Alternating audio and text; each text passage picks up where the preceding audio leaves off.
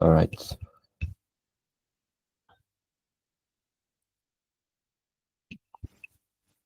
So today I want us to continue on what we call aggregate function.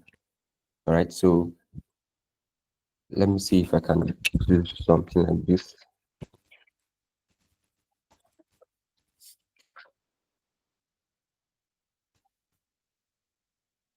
Okay, so remember we started with the DDL, all right, and then we walked to DML, which is data manipulation language, and these are the subcategories of SQL, right? So today I would dive in fully into DQL, which is called data querying language, all right? And this time around, I'm going to remove this, select, and put it here.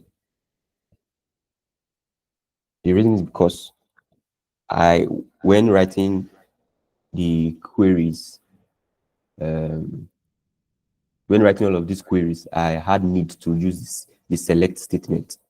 Okay, so that's why, because I think this is data manipulation language. We update keyword, all right, and the insert, the delete. So we can't perform any of those queries without making use of the select if we want to view what is in our result pane. So that's the reason I brought the select statement here so that we can use. But in order of things, all right, in order of things, the select statement is under DQL. Okay, with some, let me put this as optional, with some optional clauses.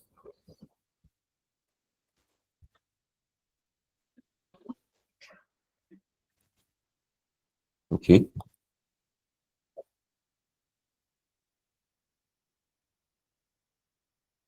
So this is the order of things. Let me bring this here. So the optional clauses include the where statement. So I'm showing you how it is, followed by the group by,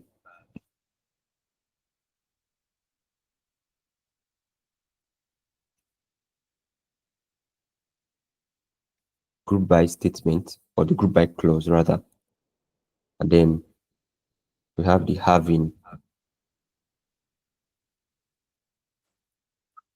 clause. Then we have the order by clause. So get used to all of this. It's gradual.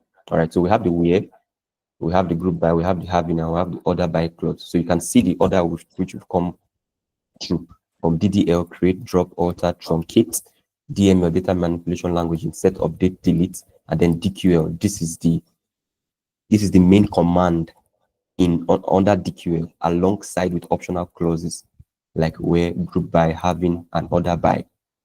Are we together? Is it understood?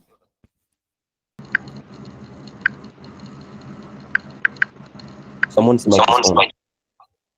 Okay. All right. So this is very foundational. All right. So get it. So these are the other sub queries, sub categories rather, other than DDL, DML, DQL. There's DCL, data control language, but we won't touch that because it's a bit intermediate, right? So, or advanced. So not really advanced, but then these are the basic. If you're working with the SQL, you should have understanding of all of this. The other subcategories optional to learn, depends on how you want to go deeper into writing good queries. All right, so I'll go over to the file for today. So if you have any question, just follow through.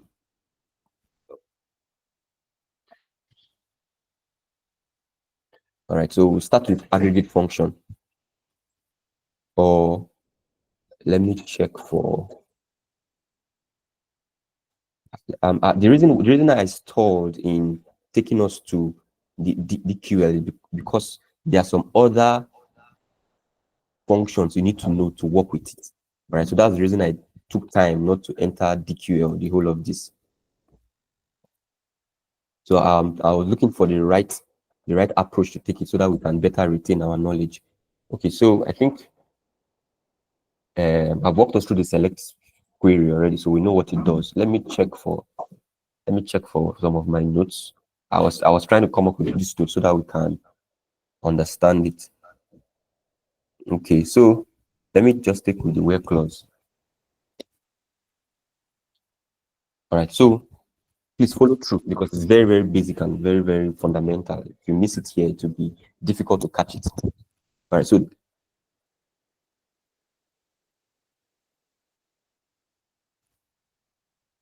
the where clause, all right, is used to filter records in query based on a specific condition. So this is it, that it is commonly used with the select, update, delete, and insert. All right, to retrieve or manipulate only the rows that meet the specified criteria. And we saw the syntax. This is it: select, then the from keyword, and then the where condition. All right, so this was I think we used it here. Okay, when we started with the update, alter table, update, we need to specify or direct where we need to take the update action to. We use the where keyword. All right, so you can see it here: update where category in this. So we use in conjunction with all of this: update. Okay, and let me see if we use it for insert. Okay, I think that file is here.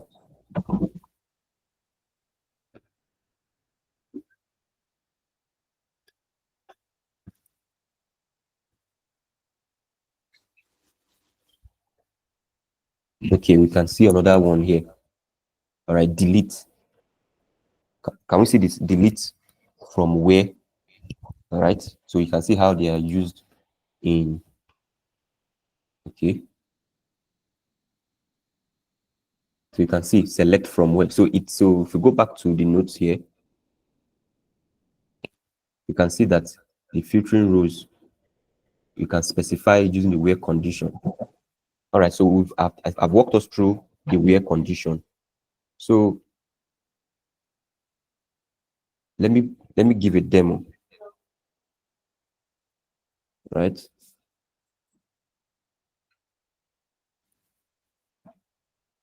So I think we stopped using the between. I didn't make use of the like. So let me make use of the like statement and show us how it's done.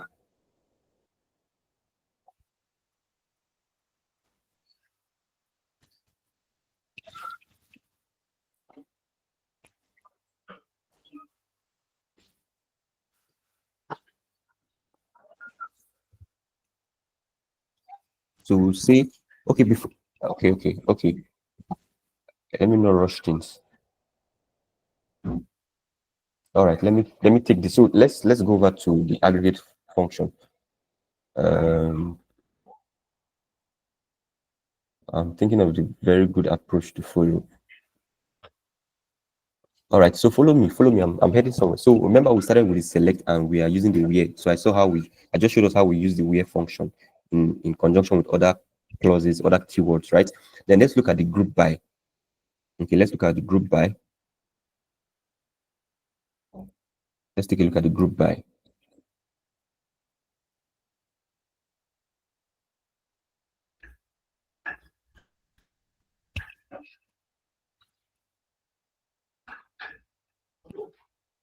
Are we together?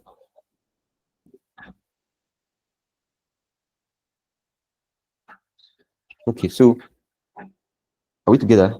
Okay, thank you. All right, please follow through. It's very, very basic. All right, so you see, it says the group by clause in MySQL is used to group rows that have the same values in specified columns into summary rows. All right, so now this is my point of view. It is often used with aggregate functions like sum, count, average, max, mean. That's the reason I want to begin the class with aggregate functions. All right, because if you don't understand a bit of aggregate function, it will be a bit challenging understanding all of these optional clauses because you get to use them a lot when carrying out analysis. All right, so I've shown us where. Now we work following group by having an order. So back to the notes. All right, So this is where we'll begin our class today, sum and count. I'll just, they're simple, so maybe I'll just walk us through both of them. So the note is a bit detailed, right? So you can follow through on how to use it. It's self-explanatory. All right, so let's start with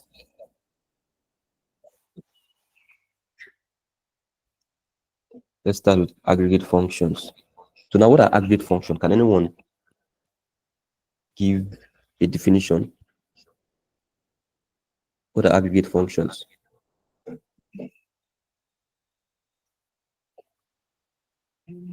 What are aggregate functions? Anyone? Anyone? Aggregate functions. Hello?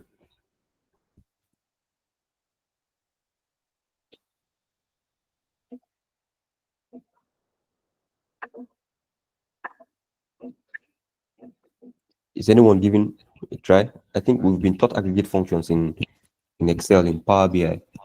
Just a definition.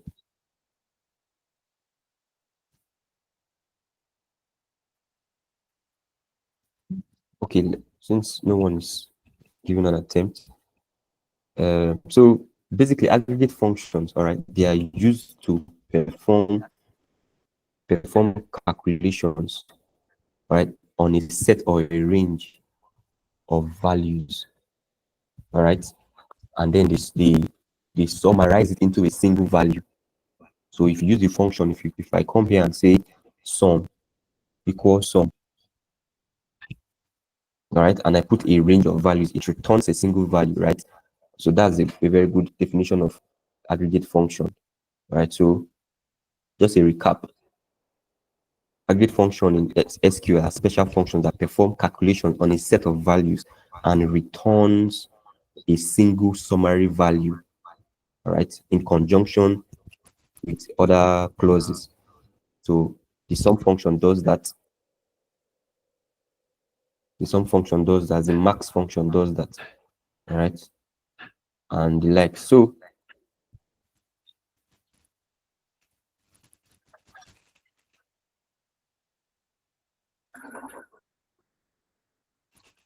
we start with the count function, all right. Let me put it this way.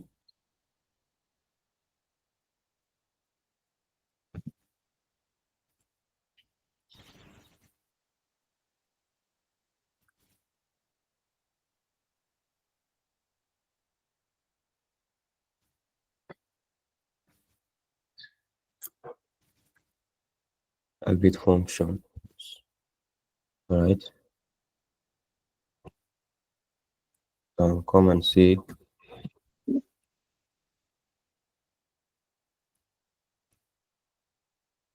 count function, right? Okay.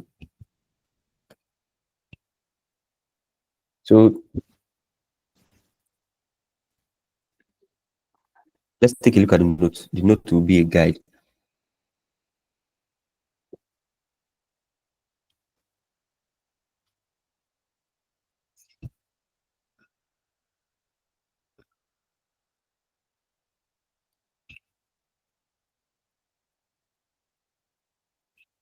All right. So the count aggregate function in MySQL is used to return the number of rows that match a specified condition.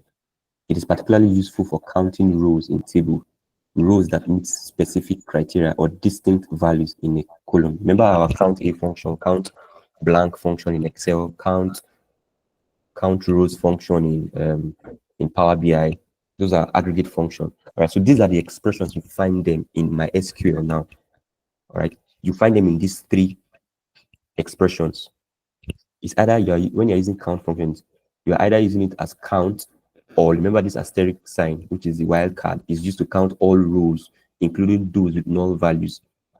Excel has that kind of function to count all. So it counts everything, even rows that are empty or blank.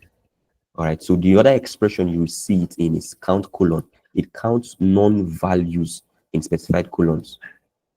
Okay. It counts non-values in specified columns.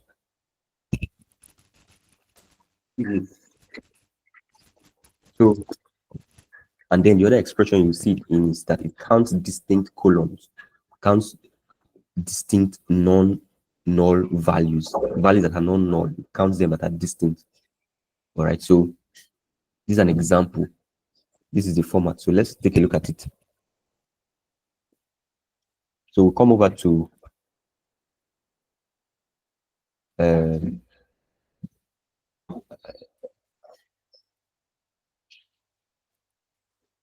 which okay, let me just take the query, this copy this and use here so that I will not have to be writing it over and over. So this is it.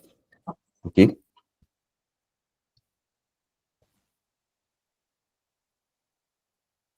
What's happening? Select from workers.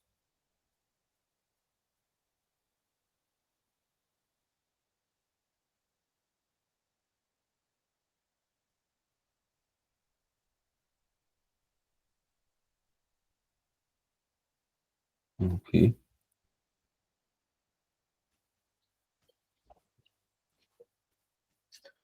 Forgotten the name of that database we used again. I think it's staff DB.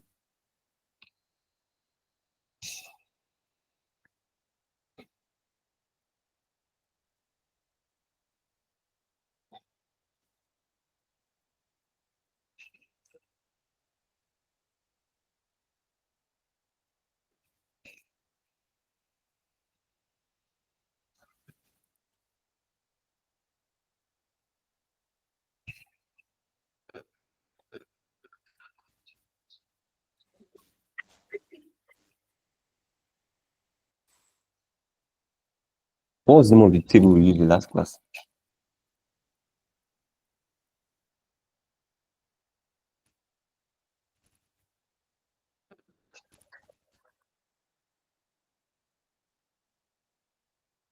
Can anyone recall?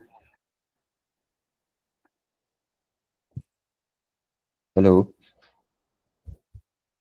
I don't know where that file is. Yes, So go ahead. the one we use workers that Sorry?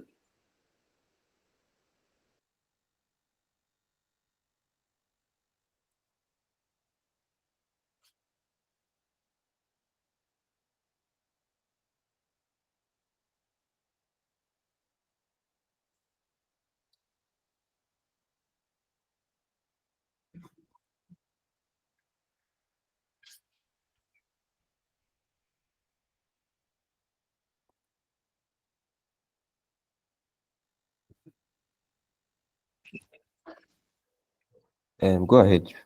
Rachel. I think it's a product table and products. No, I mean we created this database now. We created this table. Hmm.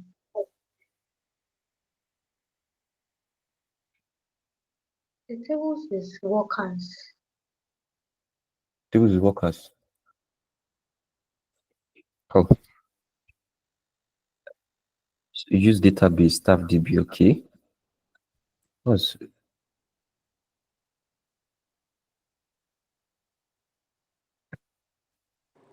so the database you created was staff database, not staff DB.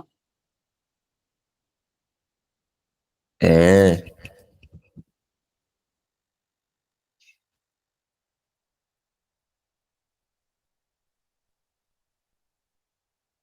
Okay, let me.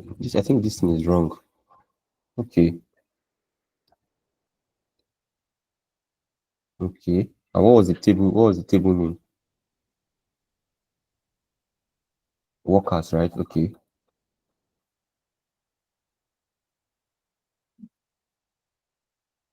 Okay, beautiful. Thank you. Thank you. All right. So there was a wrong syntax here.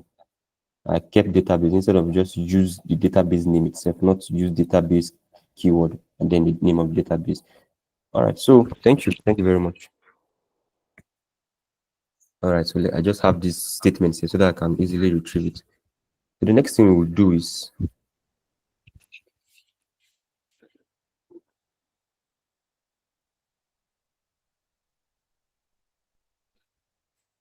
um,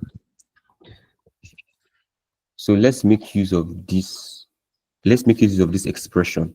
Okay, so please follow through. It's very, very important. If you don't understand this, you might find it challenging with these optional clauses. It can be tricky, but nothing is not able to do. So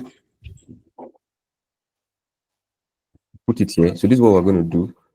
We'll count all rows, including those with null values. That's the first expression of the count function, and this is how it's done. So select. All right. It's often used in conjunction. This is how the syntax is count. Okay. The function count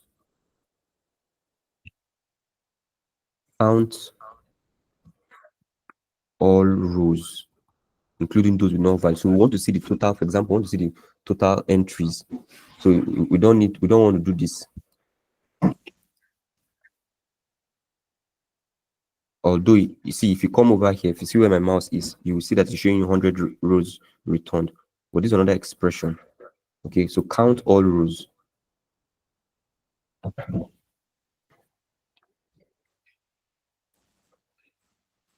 Use this keyword as total rows. Okay, this is a function from workforce, right? Workforce.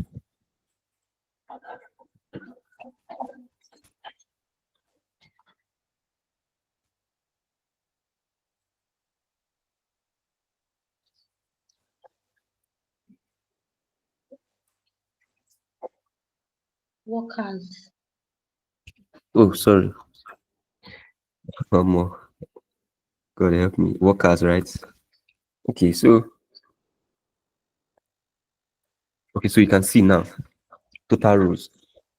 Now, before you ask your question, all right, let me show you something. If you observe, I use a new keyword called the as. All right. So this is called aliases. I think I made a note on that. So I'll just be using my notes to just be helping with the explanation because of time. There's still some to. Where is that note here?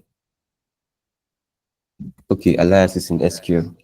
All right, so in my SQL, the as is a keyword used to create an alias. That's what it means. An alias is a temporary alternative name given to a table or a column in the output of a query, making the results easier to read or reference. Can we see my screen? Okay, I believe we're following. All right, thank you. So the alias is a keyword used to create an alias. The AS rather is a keyword used to create an alias. And what does an alias mean? An alias is a temporary or alternative name. Please take note of the keywords there. Alternative name given to a table or colon in the output of a query, making the result easier to read or reference. Use cases, you can use it to rename columns in a query. Just I will share the notes, go through the note, but let me go over to the end. So these are the key points you should know. All right, they are temporary names. Aliases, they exist only for the duration of the query. So what it means is that now you can see I said select all of this, all right, and then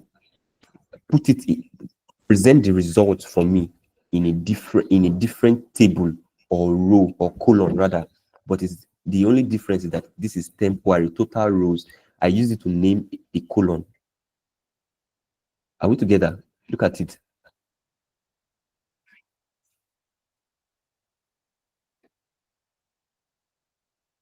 Okay, they exist only for the duration of the query. They do not change the actual table or column name in the database.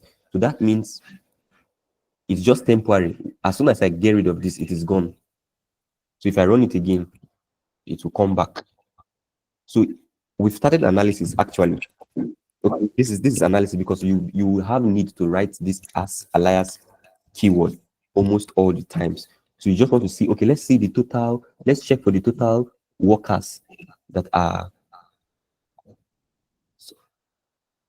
let's say we want to know the people that are under salary, that are in, that are, that own the job, or that are in a job that their job title is assistant to executive, and present them as, you can now say, so this is just it. All right, so take time, go through the note. All right, so I've just given in a nutshell explanation of what the last is. All right, it's just temporary. Do we understand? Do you understand? Any question? Do you have any question? Please call it to my, bring it to my attention. Okay, so the next, the next, so we've seen now, we've used this, where's my note again?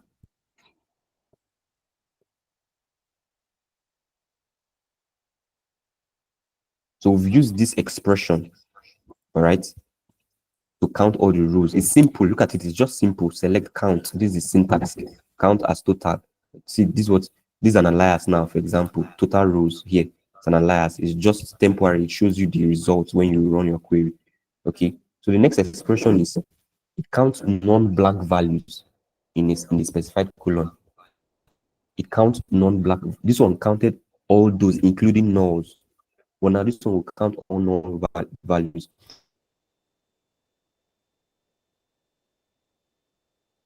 But let me put this in context. I want us to understand this.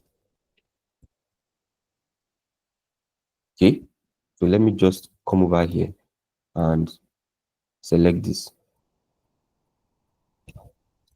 Control C, come over and drop a comment here. So we're using this now. Okay, so follow through. So I'll select this again, Control C, so that because of time, don't begin to write queries. So you can, these are techniques just to save time. I don't need to start writing the whole thing again. So how do we go about this now? Non-values in the specified column. That means if you have your table, if your table contains null values, okay, but unfortunately we don't have null values here, so this is not a perfect example. But let me put it in context. All right, I will say, let's make a use case. Let's give a use case. We want to see all the total salary earners. All right, that's all our staff. Their staff name is not here, so this could be, in a real sense, this could be a category table. If we are normalizing it now, imagine we have a star schema. Let's call this the whole table here. Everything here is our the normalized table. Let's say it just represented by this. It just represented by this primary key here, staff ID. It's just represented by this primary key, or this could be a foreign key since it's not our fact table. Do we understand? Do you understand the analogy I'm giving? We don't have ID, we don't have staff names here. It's just their category, their rating, job type. So this could be a dimension table. We'll come to that, all right, when we're working on our project. So we want to see all of the employees, okay, that are under salary. So we can change this to, instead of total rows, we can change this to, I'm showing how to put it into context now, so that we don't just bloat with a lot of knowledge and we don't even know how to apply it. All right, this is the syntax. This is the syntax, but then I'm putting into context now. If you're carrying out analysis, how does this aid in analysis? So instead of putting total rows here, we can call this as total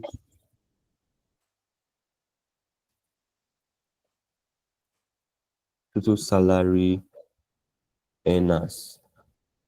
Is that earners? Is this earning correct? Please, someone should check for me. All right, so remember, it's counting. So if I run this, you can see it has returned in the result query here, this result pane here, 100. But that's why I said this is not a very representative sample or data for this analogy, because we don't have, if they were blank values, all right, if they were blank values, let's say 5 blank values, what would have been here would be 95. So we want to know those that are the workers that are earning salaries. So I just put into context. All right. There's a question. Bola, your hands are up. Wow, a lot of hands are up. So I wanted to ask that why do you use the count then the asterisk for this one too? Since that's what you use for the count all. I thought it's supposed to be like you put the column name in the bracket. Yes, thank you so much. I just saw that now. Thank you. I just saw that it was a mistake from my end because this is the syntax, right? Beautiful. You're very observant. All right, thank you, Bola. Esther Paul, go ahead, please. Okay, so I want to ask, please, like, how do they export like your SQL and stuff like that? Like, you want to export your SQL as a CSV file or something to analyze or visualize. Like, how do they do that, sir? I don't get the question. Is it export in or out? Export out, like you analyze the data and then you want to export it out. You Like just save for it. Okay, go ahead. like you export it out for visualization or for something.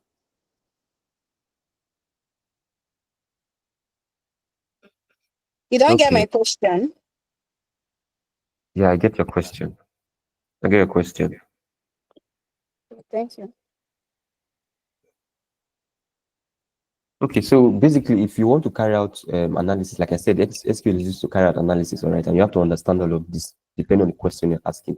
So once you are done carrying out your analysis, okay, the next thing you will do, you leave it as a script. You save it as a script. You saw the way I shared the assignment to you via an SQL script. Anytime you run the query now, it's just a script. It's like a writing note. You just come and if I send this work to you now, if I send this script to you now, all right. If I send this script to you, all of these things I wrote here, I share it to you via maybe a GitHub repository, or I share it to you via a drive. Once you download it and install it on your PC, okay, and run the query, it will return the answers to your insights, or the insights to your questions via your results pane, just like this now. Okay. Now for visualization, you go to your Power BI, all right, and then the same data you imported into SQL, that's what you use to carry out your visualizations. So whatever you analyze remains as a script. That's why if I share a GitHub repository now, I don't know if most of us know what a GitHub repository is. If I share some project, right, you will just see the script there. It ends there. Visualization, you have the same data set. You can visualize your insight here in Power BI using DAX, using visuals too. I don't know if you understand my response. Oh, okay. So you don't need to export it as a CSV file from your SQL directly. It's just your scripts or something, right? It's just a script. It's just a script. Anytime you want to see your insights, you just come and run the query. It will show you here. All right. Thank you. So I think was it Bola that mentioned this just now. So we use this as, instead of using the asterisk rather, we put salary. Okay. So you can see. So that's this. So if you can use this to count total rows. All right. You can use this expression to define your conditions, what you want based on specified columns. Are we together? All right. So you can also use this asterisk to say, okay, where is this? total workers. Now I'm just the one. I can say I want to know. I think the best use for this is just to count your total records. Although it's going to show here, you can see this. It's going to show here. But the best analogy is to count total records. But now to put into context now, this is counting non-values. So I said if we had 5 blank values, it will return 95. We had 7, so it will return 93. Are we together? All right. Esther, your mic is on, please. Mute, please. Thank you. All right. So the next expression, let me try and walk very fast. The next expression is the count distinct. All right. So what does it do? It counts distinct non-values. So you know the difference between distinct. All right. So if I have Esther Paul, I have Bola, I have Ife, I have Beatrice, I have, how many names have I called? Esther Paul, Bola, Ife, Beatrice, and Inspire. Those are 5 names, but we have the records like 10 times each. 5 times 10, that's 50. But distinct names, how many names are there, class?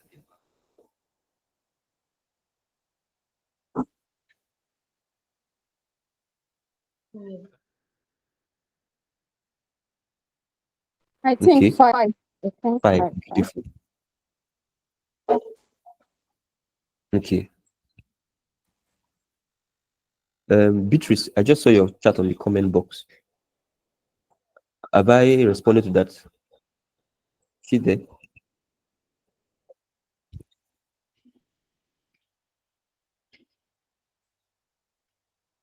Okay. All right. So, all right. Thank you. All right. Okay. So distinct value. So now it counts distinct non-law, non-law. I mean non-law. It counts distinct non-law. Oh my goodness. It counts distinct non-null values in specified columns. All right.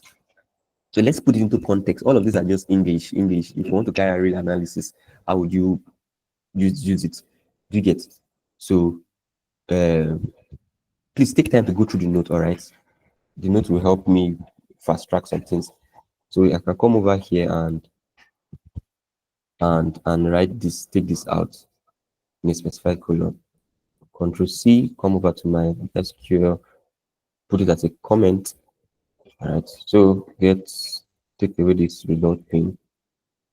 And we, because of time, select this again. Control C, put it here. You see how I'm writing my codes, just arranged.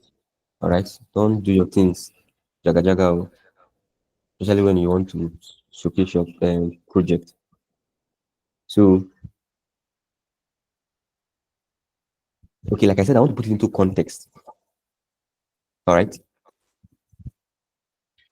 Let's see the syntax again. I'm moving away from the syntax. I want to use it. Do you understand what I'm saying? I want to use it now. So how does it count distinct non-value? This is an example we use. Let's say we want to know the available rows. All right, the available rows in a data set or in a table. This giving a use case. The available rows, this is how we're going to do it. We'll change this to available rows. Available rows. You know why I'm putting underscore, right? Because SQL does not allow for space. So that you use underscore or you combine it like this. But for easy readability. Now, please, this is the syntax. Hello, this is the syntax. This is it. Count, then use the distinct colon. Sorry, use the distinct keyword. So there are 2 keywords here, count and distinct, and then the name of the colon. So please, class, who wants to give it a try? Be fast because of time. Who wants to give it a try? What, like, with this example I've given now, which colon are we going to put here? Which colon name are we going to put here? And how are we going to do it? All right, Bola. Okay, so I think we can use the job title. Beautiful. Since some people Okay. may have the same job title. All right. So we want to know the available. Hey, sorry, not roles. Available roles. Okay.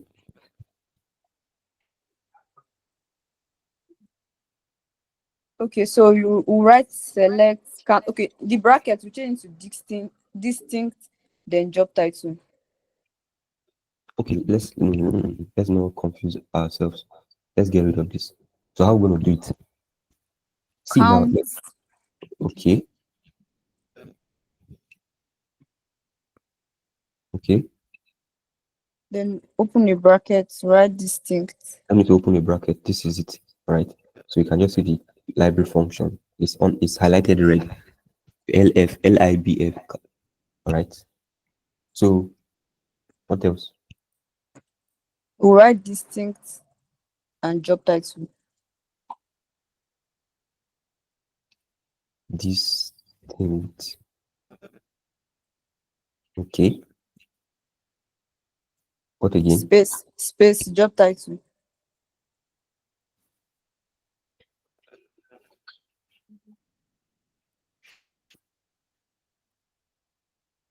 So you can see how I'm just giving use cases. All right. So that we don't have knowledge and we don't know how to apply it. Beautiful. So what can we see?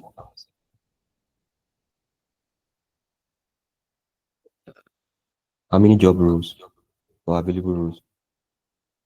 Can we see my screen? It's tiny on my end. 7, right? 7. So what that means is that if we should select this, see, that means, let's do something like this. That means, see the job title here, assistant, executive assistant. So it counted everything and selected the distinct values. Assistant, executive. So we just have 7 unique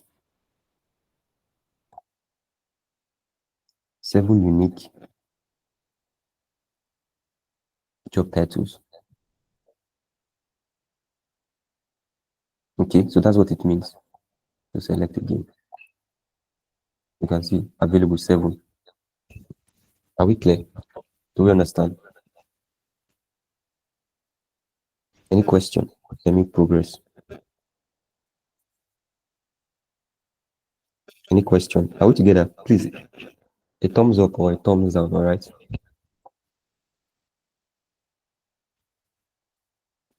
All right. So, so now this is what you'll be doing in SQL. This is what you'll be doing analysis. So we can use you can let me just say this. So when you're carrying out analysis, all right, you see those questions we've been given in PDF format. What is the total this? What is the total revenue? What is the unique product sold? What are the unique products sold? And all of this in real life, in real scenarios, the people you are reporting, your stakeholders, your employers, they will not or they may not give you questions to ask. It's just as if you are curious. Have you been curious about something? You know how you go about asking questions. Why is the rain falling? Okay. Imagine rain falls today now that is supposed to be Hamatan this period. I think my curiosity, I would want to ask, okay, I'll bring you to ask why did rain fall? The next thing I'll go and do is to check maybe the forecast weather conditions. All right. I might go and now begin to think, when was the last time rain fell? Nobody sent me. I was just another person might have a different thinking flow or flow of thought. Me, what I will go and do is to check the weather condition, what was forecasted.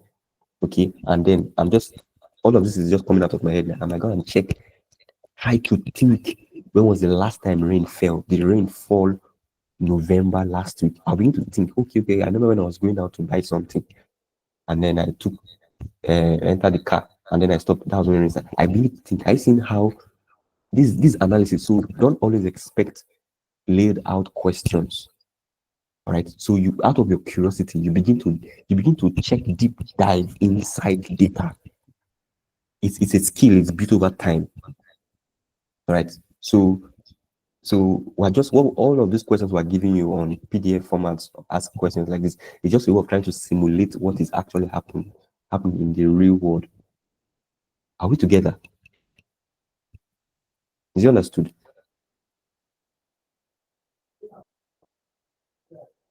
Okay. All right, so moving forward, all right, that's what it is actually. Somebody saying wahala. Maybe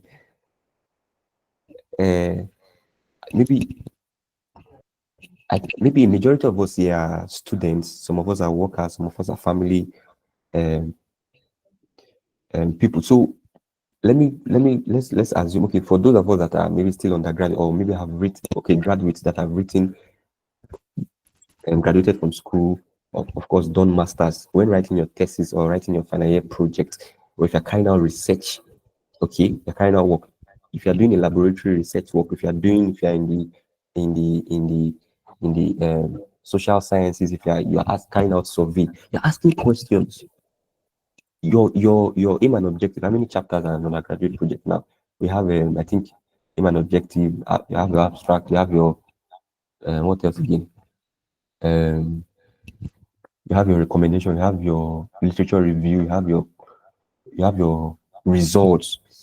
There are questions to ask when you go to the laboratory. Yeah, if you are, for those of us in science, why is this color changing? Okay, you begin to ask, okay, at what time did it change? How long did it take to change? Litmus paper test, all of those things. They are of course they are guided rules to ask questions, but then because of your curiosity, you begin to do literature review. You go as much as looking for papers that have been published. Did anybody send you? Nobody told you to go to that extent, but because of your curiosity, you're asking questions. That's the same thing with data. So you look at the data, you begin to, so there are guidelines anyway, but if you want to really get tangible results, you dive deep into your data. So a lot of questions can begin to come off my mind now, and I begin to ask. So that's what it is. That's why it's called data analysis. You're analyzing. All right. So I just thought to say that. Beverly, all right, go ahead. Let me go to Okay, the next. good evening. Good Good evening. evening, everyone. Can you hear me? Yes, please go ahead. Yes. So just something just came into my head when you just said you have to think through. Just like that project that you gave us. Yeah. I'm just thinking, okay, maybe you notice that there are lots of returns from the good spots. And Okay. maybe you want to try, okay, they didn't give you any questions whatsoever, but you want to find out. Okay, you now see that there are lots of returns, and you want to find out why so many customers returned what they bought. Can you maybe check with maybe if the quality of what they ordered was not how they wanted it, or maybe it damaged, something like that? Is that maybe the thought process? I'm just thinking through. Beautiful. Exactly. That's the thought process. Hold on, please.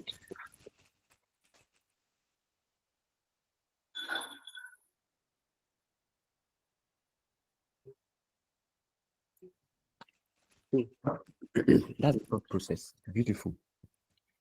While your data might be limited, okay, because it's one thing if I just wish some of you apply for that role, that's this semester. I just wish you have the opportunity to work with real life data, like real, okay. It will inform how you carry out analysis because recently I ordered something from Jumia and I received a mail asking asking me to give a review about the product. All right. Immediately I saw it, I wasn't even reluctant. I was so happy to give a review because I've worked with real life data sets, all right, in recent times, and I see how it's very important because those people, Jimmy and I, they will want to use my review to carry out analysis. So in your case now, you're asking whether because of what caused the return, is it because of is it because of when there's this thing they say what I ordered versus what I got. Actually, that could be a cause of return.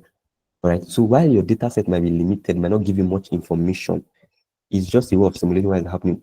To answer your question, that's a good thought flow to answer questions, even if the question was not stated in the assignment given. But that's a good tool. But how do you not have sufficient data? That's when you now begin to collect data. Now we want to know why they return product. So send out survey. Recently, someone I respect so much, sent me a survey form to analyze. It was text. All of them were just text data.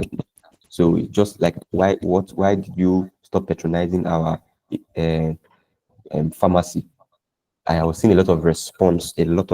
How do you go about that? Now I have information to carry out that analysis. But if that organization did not send out survey to get a response, when you meet a challenge, you will not know how to go about it, because your that's what is under exploratory data analysis too, because your data is not representative of the problem at hand. So that's why you go out to collect more data. So you only understand and appreciate it better if you're working in real life data. The best you can do right now is just simulate what's happening in the real world. And most of the time, some companies will not want to even give you their data because it's under data governance, data privacy. I've come across some of those things. I ask, okay, give me your data. No, I can't share the data because so it's like that. Do we understand? Is that clear? So that's a good flow of thought just to answer your question. I say the wahala strong. Actually, I can't, unfortunately, one of the data sets I'm working on, I can't share it, because at some point when you begin to work with firms, fintechs, organizations, you will have to sign, okay, this data will not go out. It's privacy. It's under data privacy, data governance. So if not, I would have shared some things. Yet I understand your question, and I hope as you progress, you would understand better. And some of these data sets you download online are just limited, but that does not mean you should not work on them. Master it when you now begin to work with firms that collect data back to back, day to day, every day. You would understand better. Okay, so let me not digress too much. I hope that clarifies some things. Here's what I have next. Beverly. Is it Beverly that asked the question? Yes, I understand it now. Thank you. Okay, you're welcome. All right, so let me check what I have next. So you see how I just put this into context now. This was just English here. Count these things. So how do you now translate it? I just give you an example. Okay, we want to know total or available rows. So we can now say that, okay, in this company there's 7 rows available. Okay, so that's just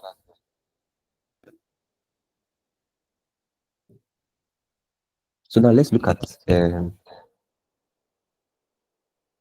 another condition here? So I'll share the notes here, so you would go over it, and there are some examples here. I'll just okay. So the count, you can use the count to look at it now. The count aggregate function in MySQL is used to return the number of rows that match a specific condition. It is particularly useful for counting rows in a table, rows that meet specific criteria or distinct value in a column. So we've used it as count all rows, count non-values, count distinct values, count rows with condition. So let me just work on this. So I'll share the note because of time. You'll just go over them by yourself. My explanation will cover. All right. So count rows with condition. Let me give an example.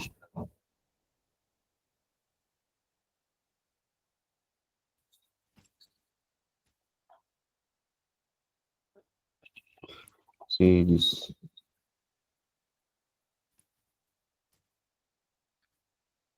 rows condition. Okay, so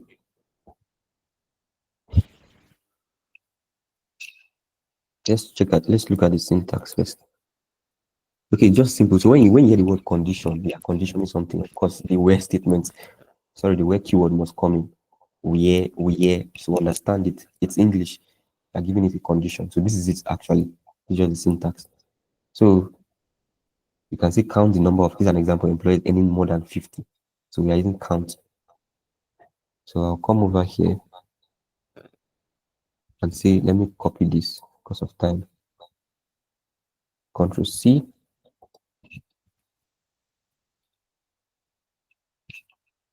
Okay, so you can see the syntax. The syntax is, this is almost like nesting functions. Remember your Excel and Power BI, we use a lot of nested functions, putting functions into functions into functions. This is something like that here, almost. All right, so we'll get rid of this. Or no, let's just get rid of this inside. So we want to count all the rows using the asterisk. Okay, I want to know the high performing employees. So change this to high performing employees. Okay, so how we're going to do this? These are from where?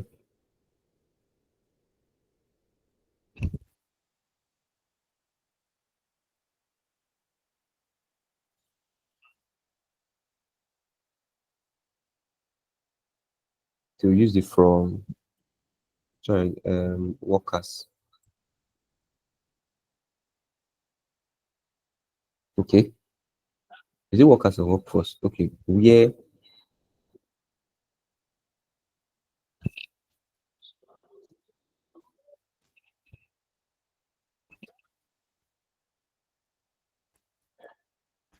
now? Before I progress, anyone want to give it a try? So select count all the rows as high perform. What do you think I'm trying to do here? What would be our condition? Where dash is equals to dash. Anybody want to give it a try?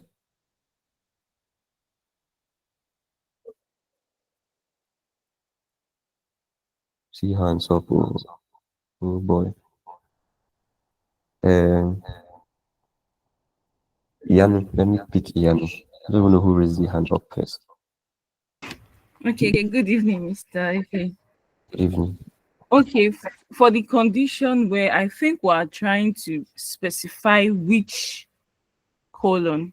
I mean, okay, we are specifying this performance colon rather. Performance colon. Is there a performance colon? Okay, you got it correct. Modupe, let's hear your Okay, where performance equals to, depending on the value that is inside the performance column, if it's like a range, we can tell it where it's equals to 100, and if it's high and low, we can say it's where it's equals to high. But since it high text, we're going to put it inside an inverted comma. beautiful. Thank you. So let's run this. Yeah, I like the class to be interactive actually. So most of the times just want to stimulate our brains to think. So yeah, correct performance. Here it is called rating. All right, so we'll say where rating. Okay.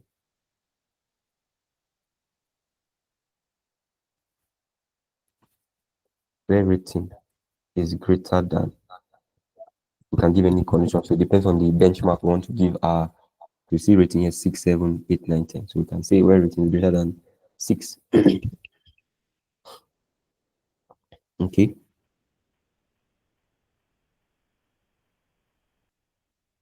Where rating is greater than 6.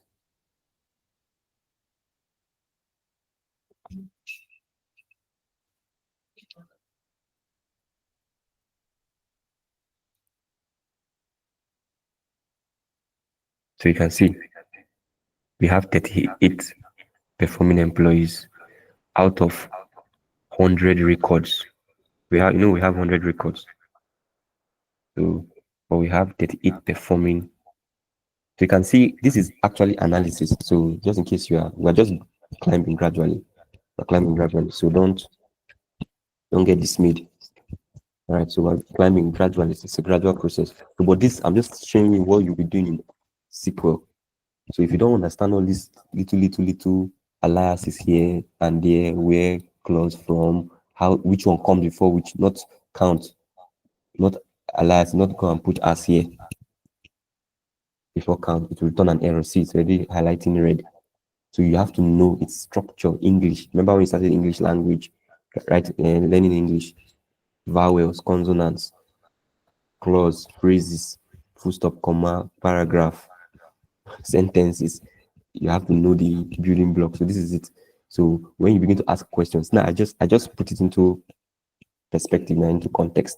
The high performing employees. So this is a temporary colon that is showing in my result output. You can see high performing employees 38. So we can just know that, okay, there are 38 high performing employees based on our criteria, our condition. Okay. So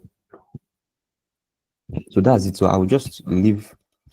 So that's it with the sum. So this is count with groups. So I will touch all of this, not all anyway. And when we begin to talk about group by, having, order by, you will understand this one better. So you see this. So I will leave all of this count rows with having. That's why I said I wanted to touch the aggregate functions first, because you have them in conjunction with all of this, so that we won't get confused. Because all of this work with aggregate function. Both of them, these two, they work with aggregate function. These two. So I'm just showing how it is. So back to our note. So let's check one more thing. This is count row with having. Okay, this is count row in group. I will leave this one. Okay, so let me go over to the sum function. So just the way I've gone through the count function is the same thing with max. So we come up with this is count. Is there sum function? Okay, there's some aggregate function here. So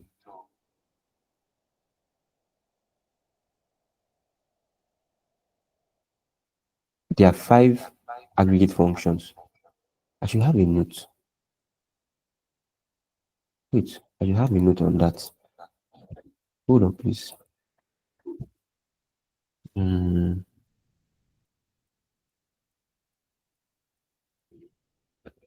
a note. Okay, this is it. All right, beautiful. So these are the aggregate functions. Can we see my screen? Thumbs up. All right, so I'll share these notes with us. All right, because with their self-explanatory, I took time to compile them. So these are the aggregate. So aggregate functions in SQL are used to perform calculations on a set of value, and they return a single value. So you saw here, this one returned a single value. All right, so they are used to return a single value. I think I was supposed to start with this note, but I mixed it up. So the list of aggregate functions: count, sum, average. So I'll just walk us with these two, sum and count, that the basic ones you will make use of very well. So this average, minimum, the notes are there. So it's self-explanatory. Because of time, you just watch this video again and then try to implement them by yourself. It's simple. But basically, most of the time, you're making use of count, sum, maybe max or average sometimes. So this is it. So these are the syntax. So you can use the same analogy or the same use cases to make use of them. I want us to, because of time, I want us to really do DQL. All right, so calculate the total sum of numeric value. Of course, you know sum. We've used sum in Excel, we've used sum in Power BI, we've used sum a lot. So back to this. So this is the sum.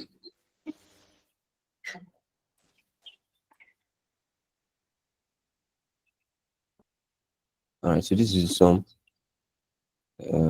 Let's go back to our notes.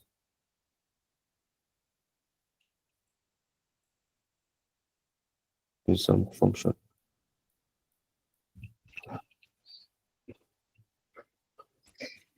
So this is the sum function. All right.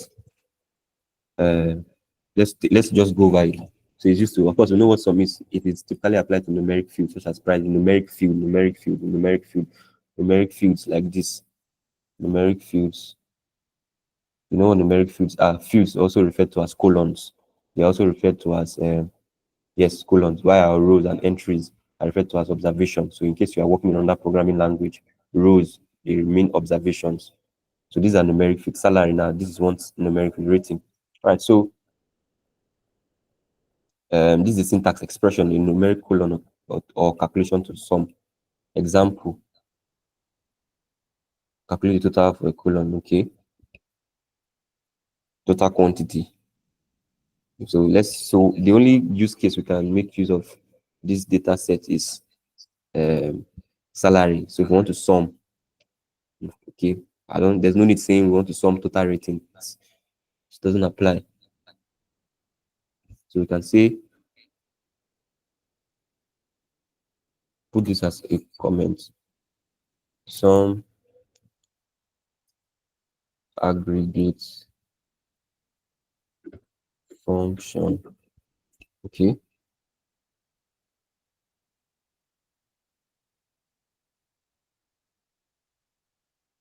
So just one example I'll use. So you can say some.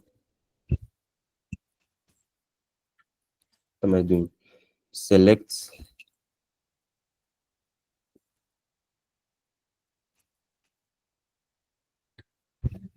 Okay. Some.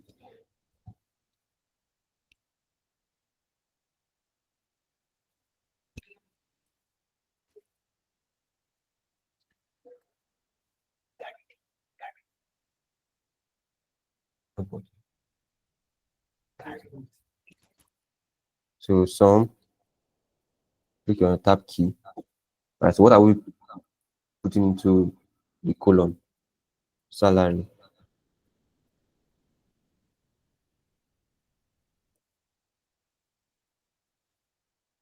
Right. Salary. As you can say, feel free to freestyle. Total salary paid out. This is analysis already. All of this is a long name anyway.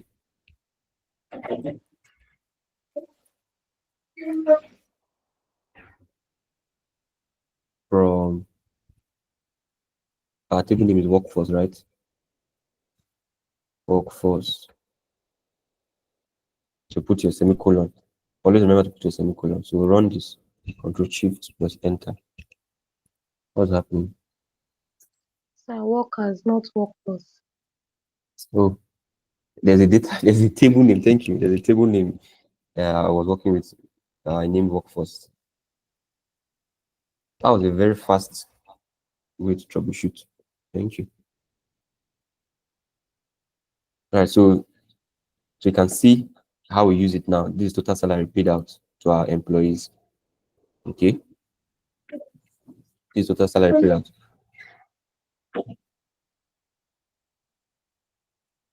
Any question? Your laptop.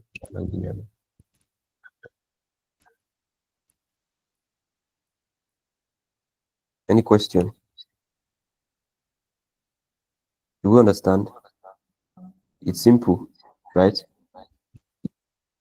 You can see the alias is here. It's just a temporary. Okay, go ahead. Estapo. Okay, so this is actually a very good question, but I want to ask, like, how many months will it take one to master all of this? How many months does it take to master all of this? Yes, sir, because I really don't. It's not really easy with this SQL. Like, how many months? Because it's not something you just need to master by just learning it. I think it will take months to learn. Like, how long does this take to understand all of this? Okay, so it comes with practice. All right, so I've been teaching SQL. So I'm of the school of thought that says to know, you learn, to master, teach. So having been teaching data analysis for a while, I get to write all of these functions over and over and over and again over until you get to stick. So I'm not saying you should teach to master, just a pathway to master something. When you teach something, before I sit down almost every time to prepare my notes. You can see the notes. While preparing all of these notes, I'm reading too. While preparing all of these notes, I'm reading.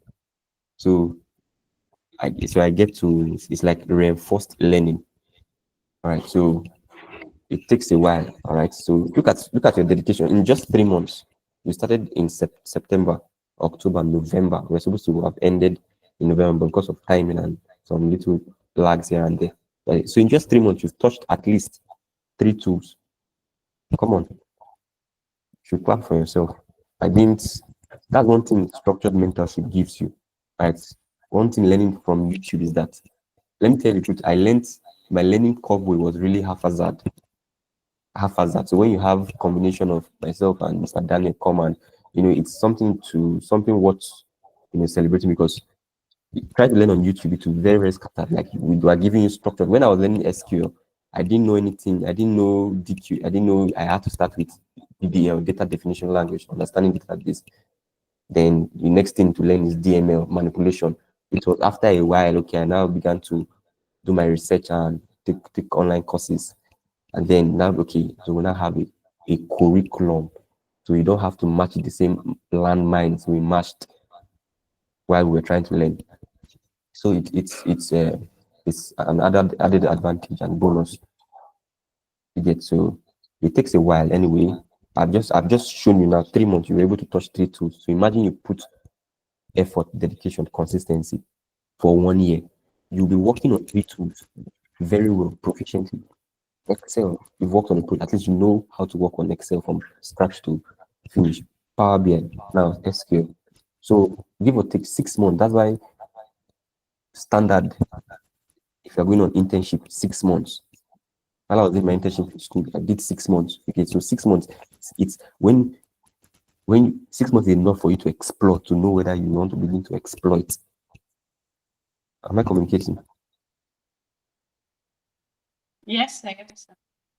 So 6 months, I would say 6 months. 6 months, 1 year. You first explore whether, okay, do I really want to do? I was speaking to some of us started from different fields, product design, graphic design. Okay, I say, okay, let me settle down with data analysis. You've not explored very well and you want to begin to really explore. So 6 months, you'll be able to use, practice. All right, so I think that answers your question. There are people whose speed is very fast based on what they are subjecting themselves to do. Okay, so I hope that answers the question. All right, so Yes, if you thank you. yes, you're welcome.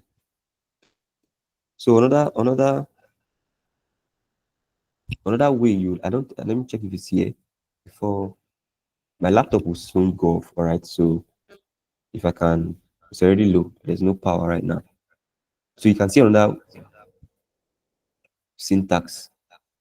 It's simple. So if you have a colon, just that this data set is not representative of what we can use some function to do. You can see you can use some function. If you had a row where there's quantity and price, you just put it and you can alias it as total revenue. But unfortunately, we don't have quantity or colon or price. So that's another approach to use it. You can use it in conjunction with where. So take time. All of these things, they are simple. Practice with as much data as you can get your hands on. So at least before the laptop goes off, if it goes off, I'll try to just hold on a while. Okay? I'll try to log in from a different device. I hope that works. I'll communicate on the Telegram group, but let me just do something now. So you can as well copy this and paste here. Okay, so if I run this query, if you see, it's not formatted well. So we don't just leave digits like this, 7674. We don't even know if it's in million or trillions or billions. So in order to do that, we use the format function. All right, let me check if I can open the format function.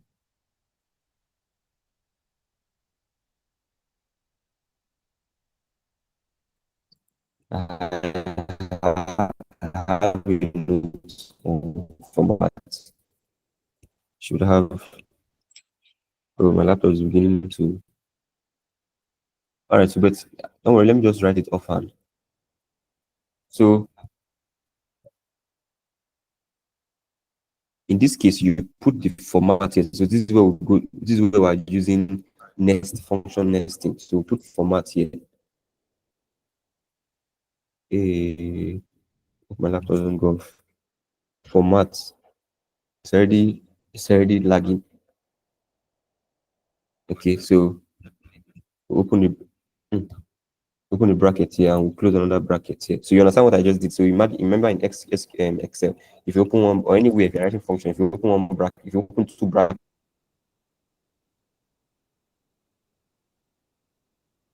you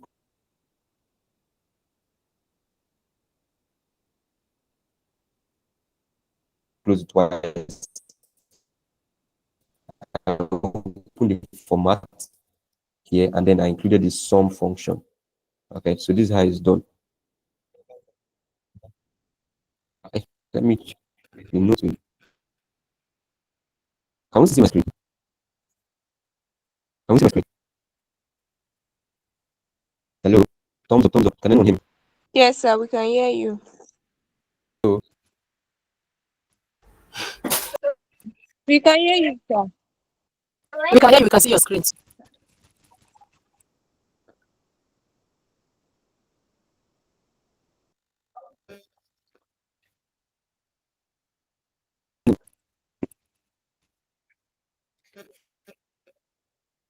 So we can hear you. We can hear you.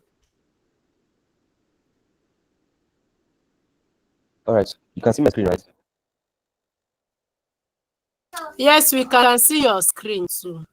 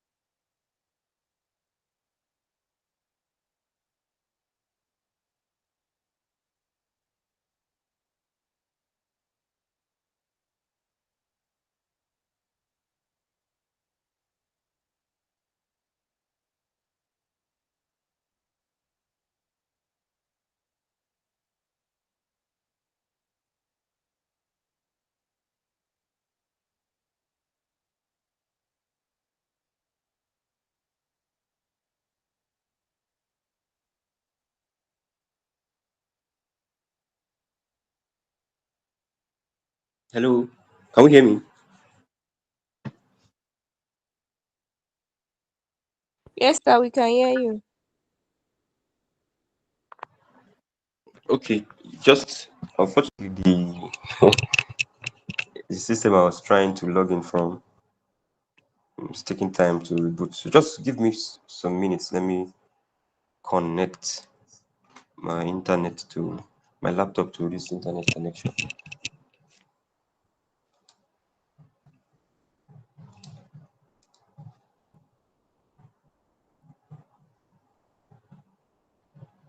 Uh,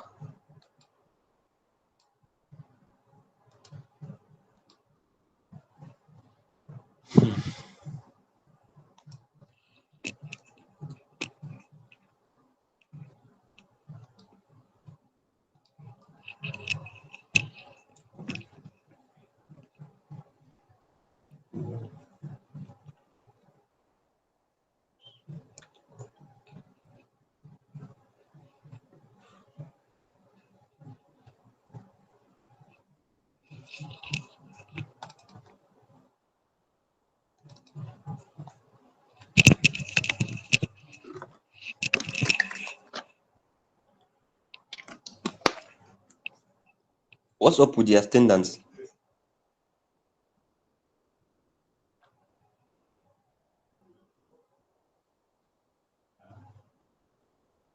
They've not dropped it yet, sir.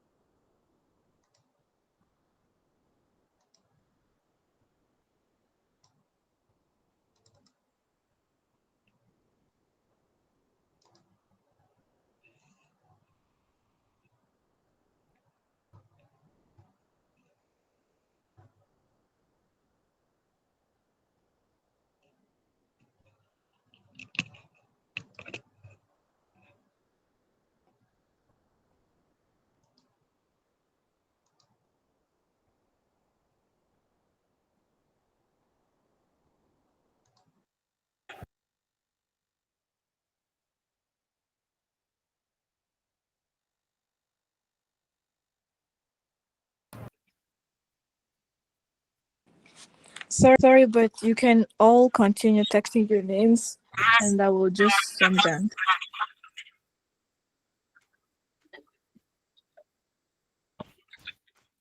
Hello, can you hear me? We can hear you, sir. Okay. Let me share my screen.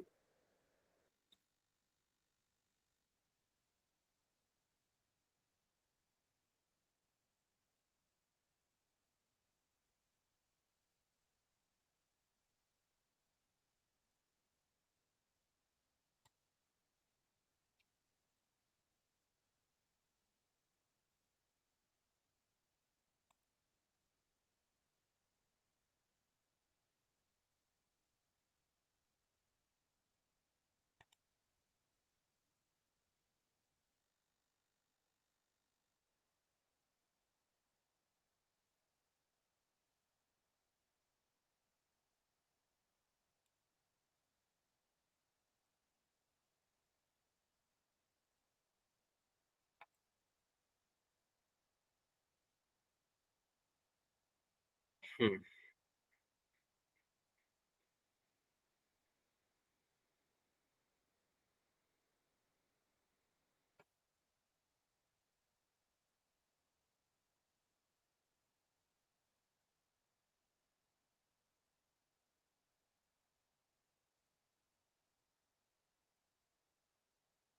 can we see my screen?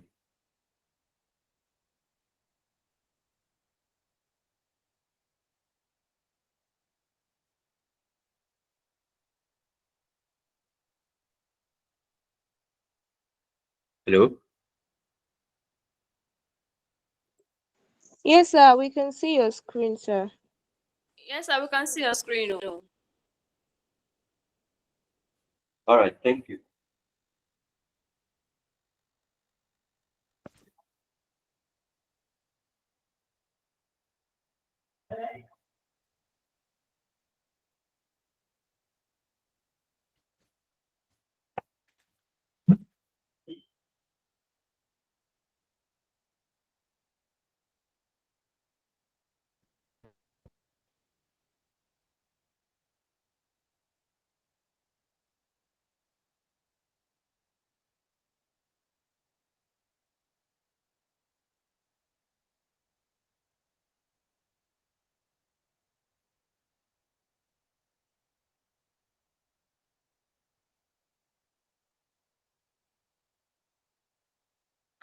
Okay, all right. Sorry about the delay, and thank you for still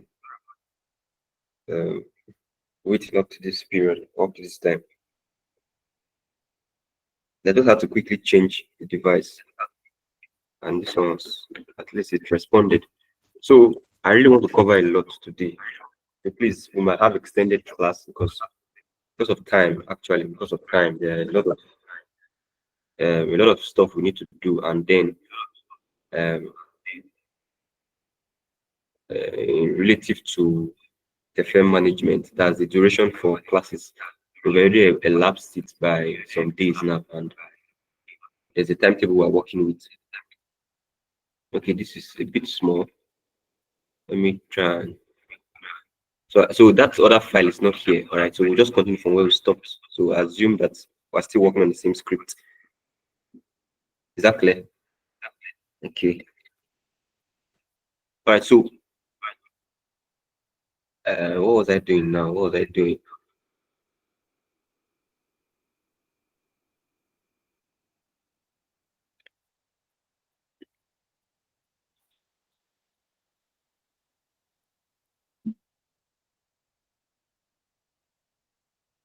Okay, let me carry this. Okay, let's see.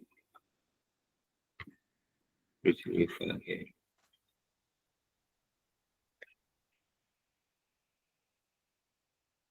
We're working on table, workers table, right?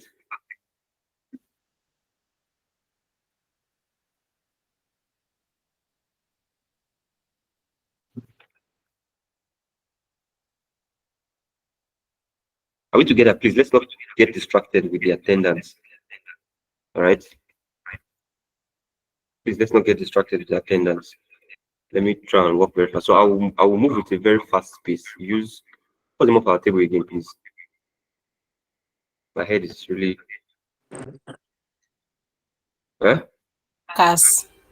Workers. Sorry, database. Okay, staff. Database.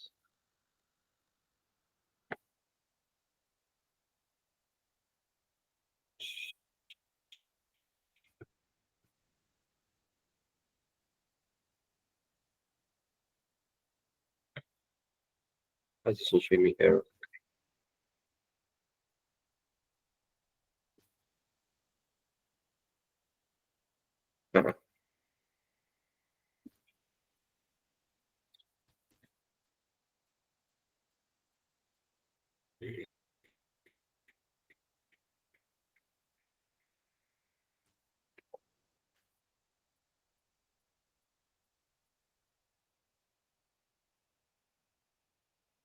Okay, so this is where we were, and I was working on. So I was saying,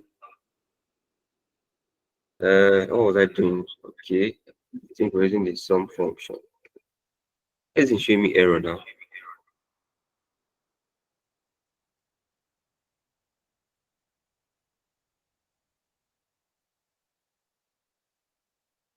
Okay. All right. We check.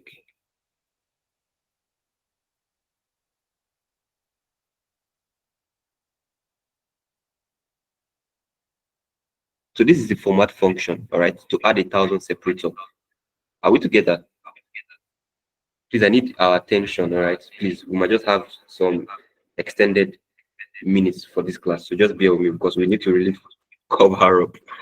So I might just extend the class tonight, depending on how fast we can go. So this is the 1,000 separator, all right?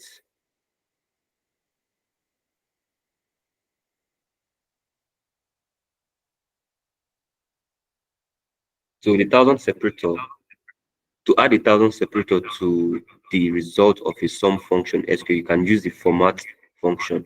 The format function formats a number to a specified number of decimals and includes 1,000 separator by default. So this is the syntax. Format, then you put the number, and then the number of decimal places. It's just like this thing. When creating a table, create table. Exactly. Yes, You can see decimal, the total number, and then the decimal place. So the same thing, the number and then the decimal place. So this is the way, this is the syntax. Right, so you can go through the notes. All right, so if you're okay, so this is where the query is. Exactly. So if you want to use it with the sum function, we use the format like this. You put the sum and then the colon or whatever expression you want to put inside your sum function. Then if you want it to be in 2 decimal places or no decimal place, use 0. So this 0 represents this decimal place. If you want 2 decimal places, you put 2 here. Okay, so that's it. So this argument here in the format function is it's the number you are formatting. All right, so let me go over to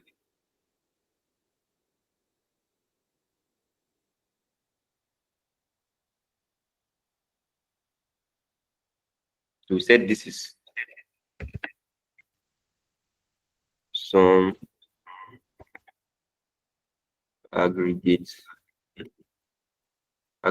function.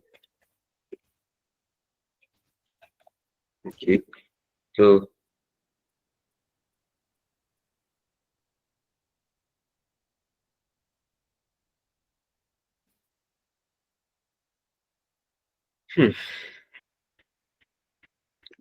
those codes are not here again. Let me write them out manually. Select format. Okay.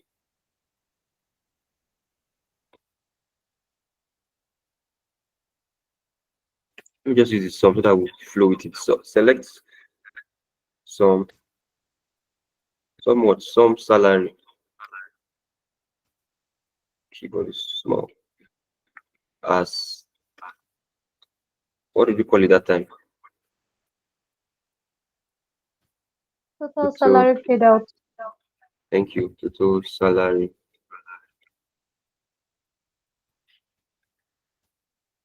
paid out, right?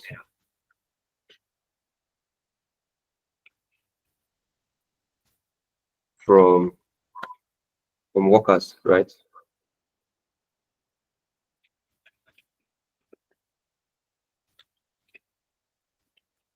Which are semicolon. Oh, catch it. So this is it. So I wanted to format this.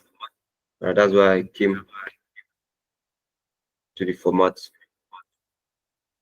So select this again, Control C, Control V. Then you can put the format here. Right, close this bracket, put this bracket here. What comes in here is the sum function. Okay, so the sum function. So this is the sum. So I'm putting this now. So what is here is what is here, right? So since we don't want any decimal place, we just put 0. Okay, so if we hatch it, you can see it as formatted. So we now have 1,000 separator. So these are functions.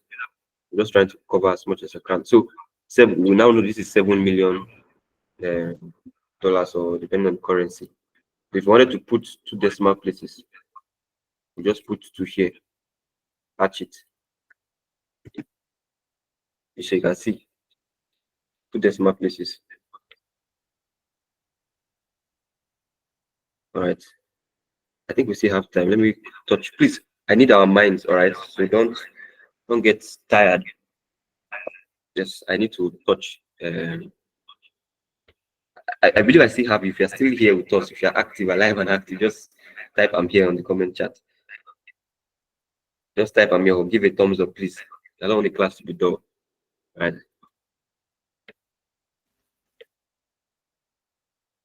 Please, oh, please. I don't want people to start leaving the call. I want to finish this thing this evening.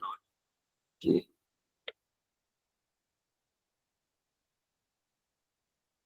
All right. I think the response is very impressive. Okay, I still have a handful of us here, about 20 something. So, all right. So this is it with the count and sum function. The same thing with max. We don't need to max this thing. You can copy. No, let me copy this.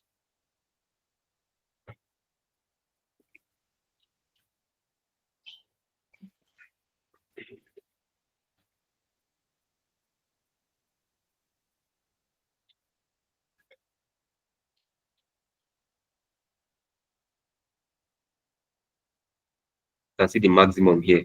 All right. So it's simple. This is the maximum salary. If you want to know the maximum or minimum, you just use it. The notes are there. I will share it with us.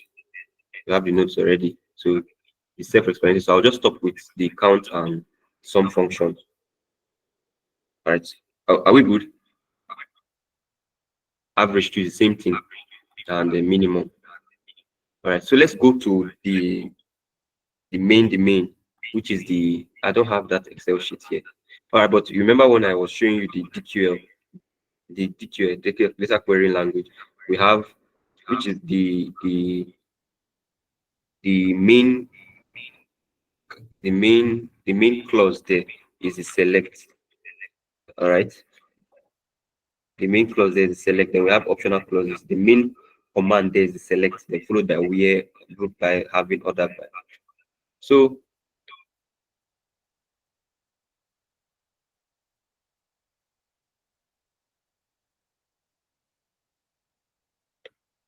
let me open a new sheet.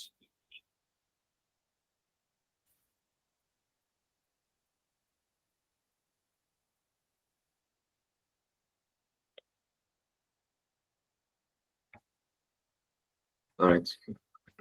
So please follow. I need your attention now. I need our attention, because this is what we're progressing now. It's becoming a bit complex.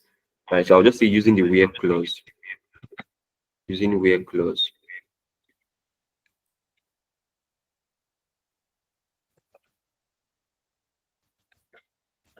All right. So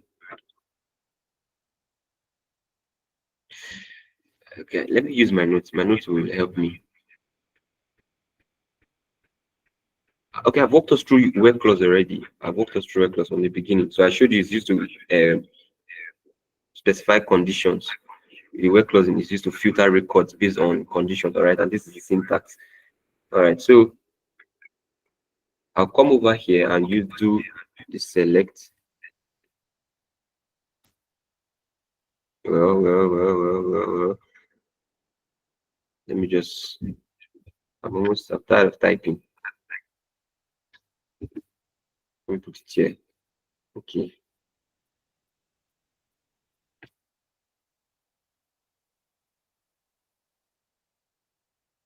So if we run this query, take a look. This is our table, right? Now let's say we want to select the staff ID. Remember, the asterisk is used to select the entire, all the columns and their respective observations. So let's say we want to specify some columns we just want to be returned in our result output. We say staff ID, comma, job title, comma, rating. Okay, we don't put comma here. It's just the syntax. From workplace, is it workplace? Okay, workers. Okay, you can say where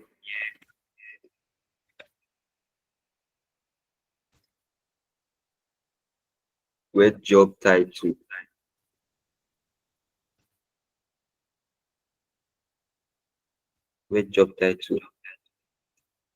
is like. I think I have notes on this. So the like is used, it's like a wild card, right? There should be a note here, filtering. Okay, so we didn't touch. So the wild card, this is it's like, it's used for pattern matching in string data. All right.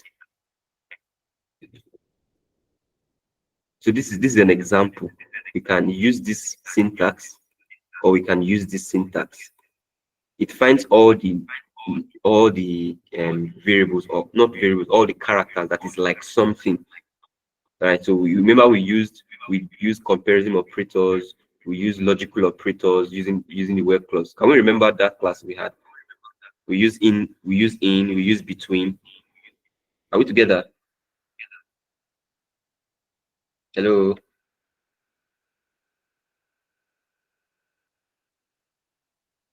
Okay, so we're using the like function, and this is how it's used. So we want to, let's say it's used in cases where probably you can't really remember what's in the colon or something. So you just use this. It's a wildcard, so it goes around and search for what is similar.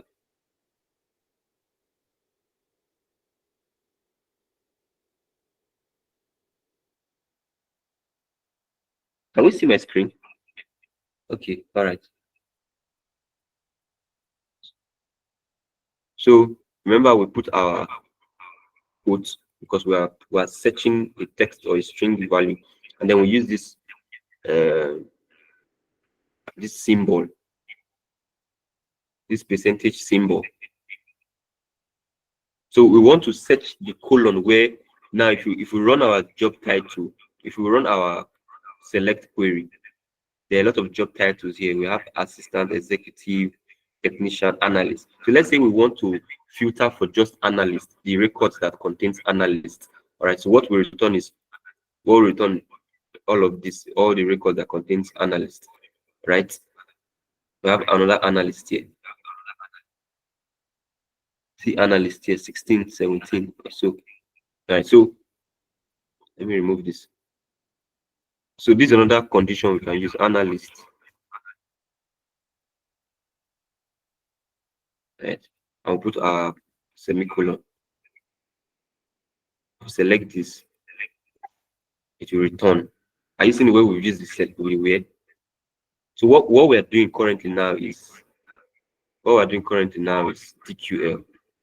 All right. DQL. Let me write a comment here, so I understand. So we've entered DQL now. DQL, data querying language, and we have the where clause. Sorry, the select. I wrote that out already. Then we have the where clause. We have the group by.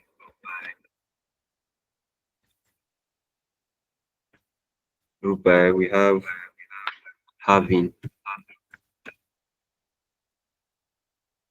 and we have order by. Okay, so this one is, all of these are optional here. like this. Everything is optional here. This one is the main command. Right, so all of these, they are optional.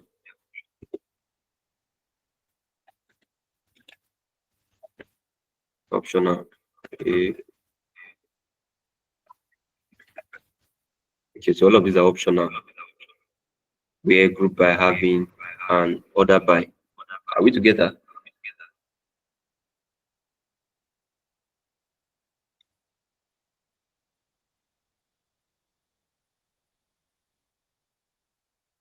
Okay, so we are working with the where clause now. So I've worked on where clause severally. So this is how it's done. So we now select the specific columns we want to return based on the condition job title to run it. So it returns all the analysts here. So you can see 16 records returned. Are we together? 16 records returned. 16 records returned. So let's look at the group by now. Let's look at the group by. Let's see what it does. We'll soon be ending. Let's say in the next, before, I think we should be done by before 7:30. So I can allow us. Tomorrow is Saturday. Where's the group by? So this is group by. So please just stay with me, please.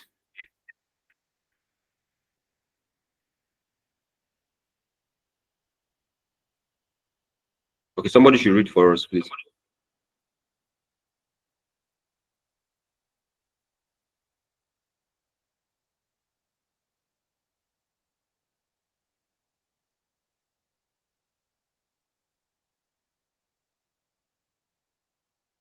Hello, nobody wants to read. Okay, the group by clause in MySQL is used to group rows that have the same value in specified columns into summary rows. Yes. Okay, so It is often used with aggregate function like sum, count, average, max, and mean to perform calculations on grouped data. all right, please pay attention very well, because I'll be explaining some things now. Pay attention, please. Let me have your attention here. So now you saw why I went to aggregate function first. Where's my mouse? Okay, so you see the group by clause in MySQL is used to group rows that have the same values. Now I want you to take note of this, please. This is very foundational so that you don't struggle ahead. It's used to group rows based on what? Same values. Take note of this. Same values. I repeat, same values. All right, into summary rows. Now another thing I want you to take note of is it is often used with aggregate functions. Like sum count. That's why I took time to explain this, to perform calculations on grouped data. Once you hear the word group, so let's look at the purpose. It organizes data into groups based on one row. All of these are English. I'll explain it. Then this is a syntax. Select from group by. All right. So you can use the count function here. It's commonly almost all the time used with aggregate functions. You'll be performing analysis. This is what you come across. All right. So the examples here, you can read through them later. Okay. All right, so let's just work on a demo. I believe you were able to understand. So this is it now. I just ran this query. Select. The only thing I wanted to return. I wanted to return out of all of these 5 columns, 1, 2, 3, 4, 5. I wanted 3 to return here. That's why I used this. I didn't use asterisk. Okay, so from workers, where I've made a condition, just return only where the job title is analyst. I'm using analyst because all of us here are data analysts. Okay, so you see analyst. How many rows returned? 16 rows. 16 rows returned. So it went through. What this thing did is that it went through out of these 100 records. Look at now, 100 rows returned. Out of these 100 rows that returned, okay, only 16 contain analysts, only 16 job titles, only 16 staff. Exactly. So the reason I returned with the staff ID because this staff ID is a primary key. It represents each record, all right, unique record. So that means only 16, all we can say is that we only had 16 staff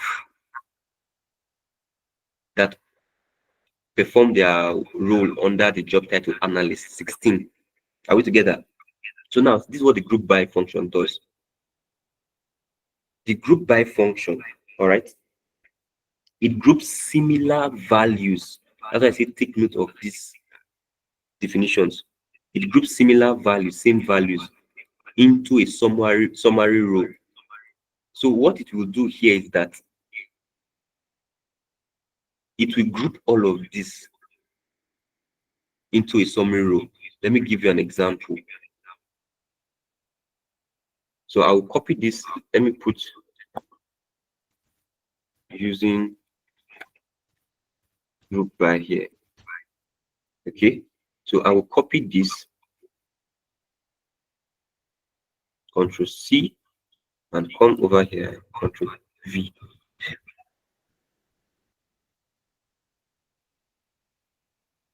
Okay. So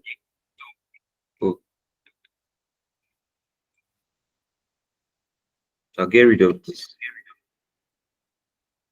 And I'll add my group by here. Okay. Now let's look at the syntax before I give an example. This is the syntax. Select the column name. Okay, in the event, you saw that it says it's often, it's not a must anyway, it's often. So that's why you can see it here. So this is optional. Where is it again? This is optional. All right, it's often. Understand those words. So select the column name or names from the table name and then group by. What are you grouping it by? All right, so I'll give an example here.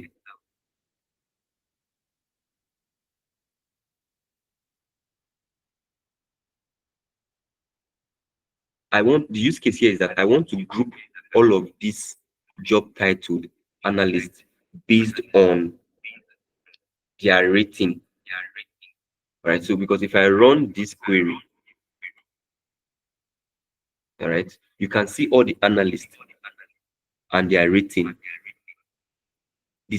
The staff or the employee with this ID 7, the job title is analyst. He received a rating of 8. The staff with 18, he received a rating of 9. The staff that owns the ID 43 received another rating of 8. So we have 2 ratings here. That 2 staff that had a rating of 8. Let's look for another rating of 8. See another rating of 8 here. Okay, we'll have only that one. Then look at rating of 6. See another rating of 6 up here. Look at rating of 2. Another rating of 2.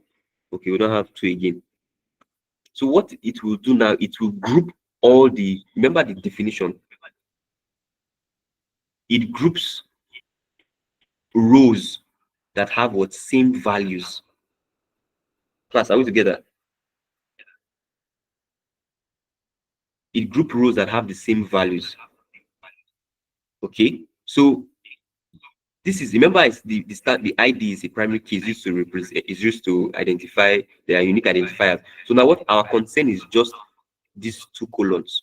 Look at now, this they don't have the same value. They don't have the same value, but this 8 has another same value here. All right. So we want to group them now together. It's just like picture a class where a lecturer comes in and splits everybody into groups, and they say, and the group is group A, group B, group C, group D. Scattered, people are in the front of the class, people are in the middle, people are in the extreme, and he comes and say, group A members, raise your hands. You see people raise their hands from different locations within the class, right? From the front, from the middle, from the rear. Group D members, raise your hands. The same thing. So now let's group all of them now into groupings. Just remember when we did groupings in Power BI and bins. So we're grouping, we want to group all of them now based on the same value. So all the group A members come to this side, all the group C members come to this side, same thing. So all the analysts that have ratings the same come to this. So this is what it's actually doing. That's what the group does. Groups unit. So we'll group it by rating, all right, and their job title. So you can say job title, all right, and rating.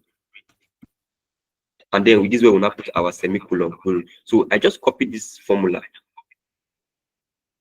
Look at it, it's the same function here, the same query. I just added the group by, and I removed this semicolon from here because this is why I'm terminating it. So this is the order if you want to write. If you have time, I'll show you the execution order of SQL, how it executes. Why is it that the group by comes before, after where? Why not where coming after group by? They are order of things. All right. Why is select coming before from? Why not from before select? So if I run this query, see now, just take note, before I run that group by query, let me run the where query, Control Shift Enter. You can see how many records returned, 16. So now we want to group all of them. Okay, so this is what I will do. Group by, so Control Shift Enter. Oh, what's happening?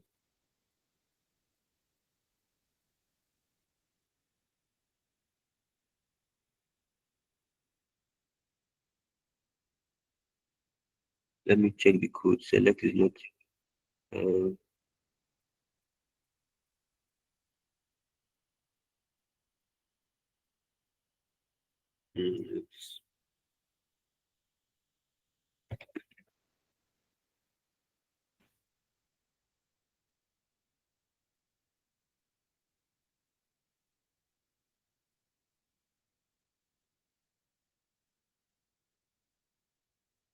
This is not running.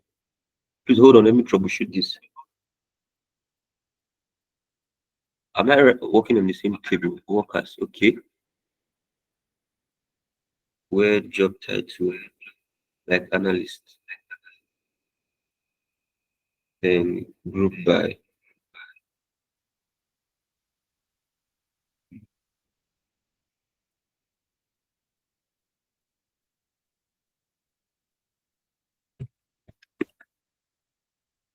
Let me check this.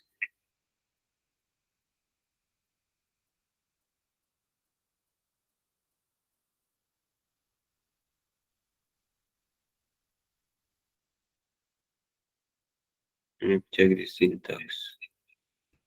There's something wrong.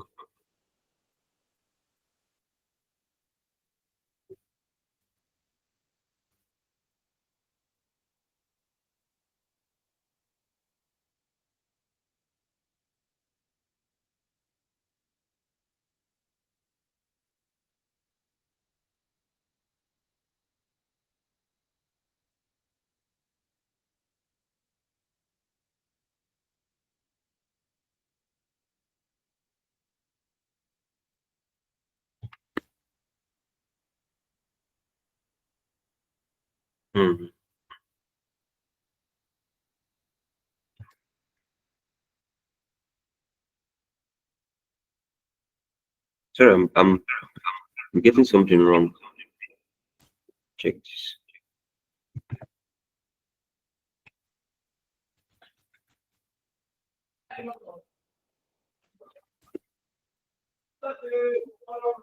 Okay, what happened here?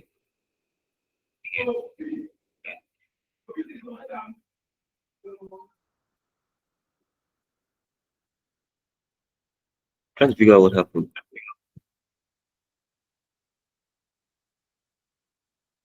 Okay, so well, hold on. Let me check this. Let me check this.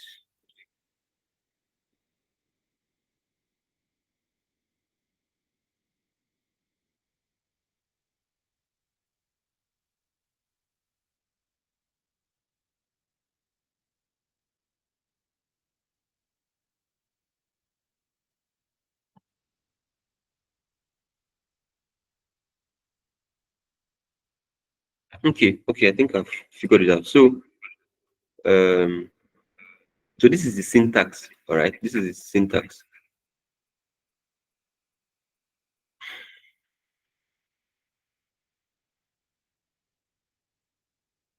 The group by works.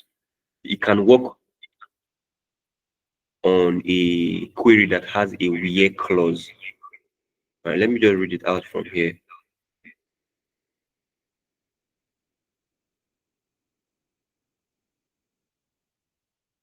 Okay, it says rules for using group by. All non-aggregated columns. Aggregate means we've used aggregate functions now.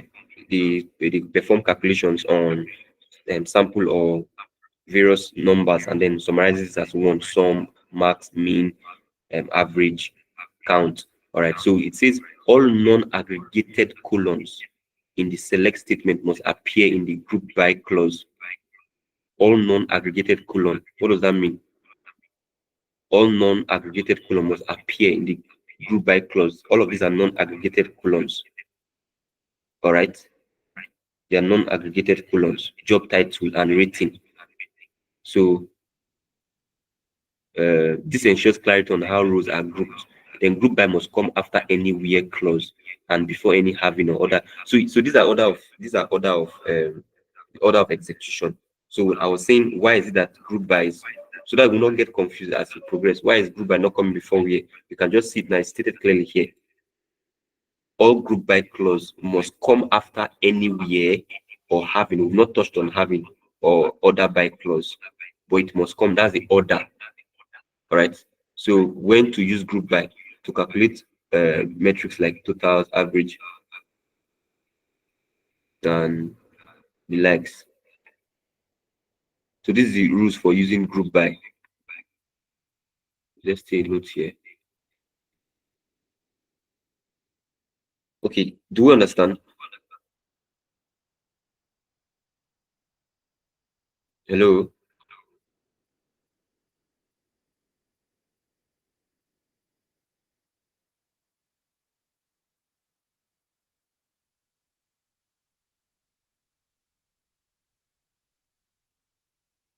Okay, okay. All right. But let me call it a day here. If I progress, I don't think we will close by 7:30. I was thinking I would just cover everything. Let me call it a day here. All right. Let me call it a day here so that I'm even really feeling exhausted. I'm not performing as I wanted to perform right now. So that's just it. With today, we just looked at aggregate functions. All right. So maybe in our next class, we would continue with this. All right. I'll come over again. I'll start with the where clause, group by, having, order by, and how I think there's limit to. So is that okay? So that we don't burn out. We've exceeded 2 hours. I need to go and refresh. All right. So thank you for really staying through. Now we've come to almost the end of the training. All right. So do well to work over your assignments and projects. Tomorrow is Saturday. I don't know if I have time tomorrow. Tomorrow is Saturday. Sunday too. Oh no. God help me. So I will communicate. If we will have a fixed class tomorrow. I doubt, which I doubt anyway.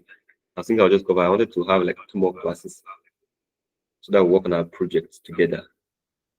All right. So thank you so much. I would communicate with your class reps or admin our next class. All right.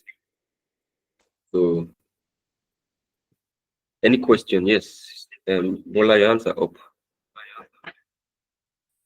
Okay, so I want to ask a question concerning the last assignment you gave us, the SQL assignment. So the new table you gave us that we should input into the stuff. You asked us to use the auto increment, but you also give us employee ID already. Okay, so it's where you now have the liberty to. Okay, what was the question? I forgot. What was the question? What was it? What was the instruction in it? You asked us to use the auto increment. Let me see. the primary key auto increment for the staff ID, but then the data you gave us, Had a you key already. you now give us staff ID. Okay, so you can decide to use the primary. You can just use primary key. It's just to strengthen your hands. You can use primary key, or except you now want to manually impute. I didn't take note of that. Thank you. Except you want to manually impute the staff ID. So you can use auto increment. And I remember I mentioned why the use of auto increment. Why? Do you know? So it's going to be unique, and it will just like give it an order by itself. Aside order, the main thing when you hear the word primary key, you got the answer, but you didn't use the right this thing. For it to be unique. Okay. Hands up. Okay. Blessing, please go ahead. Okay, the essence of using auto increment is to ensure that there is no repetition of a particular ID. Okay. That still follows. No replication of particular ID. Bola. Okay. So my other question is that should we import the data into the SQL, or we should manually like type all the values? All right. So these are good questions. So you can decide to import now. Beautiful. I like the way you are asking questions. You can decide to import. You can decide to manually type it. Either ways, it's All not right, out sir. of Thank point. you. Yet either way is not out of point. You know what you're doing. So that's it. Any other question? Any other? We still have a lot of people here on the group, on the call rather. I'd have continued, but I'm very strong at the moment. I need to go and I was not even explaining this group by well.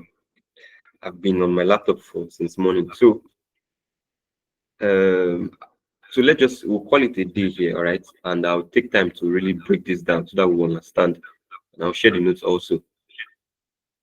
So if I continue like this, I may not explain it very well. So any other thing, any other question? I know most of us will reached out to me on Telegram. Please reach out to me on WhatsApp. Okay, I'll try as much as possible to respond.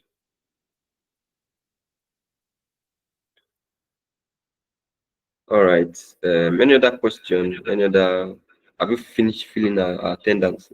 This 7:27 or 28. In 2 minutes time, I'll end the call.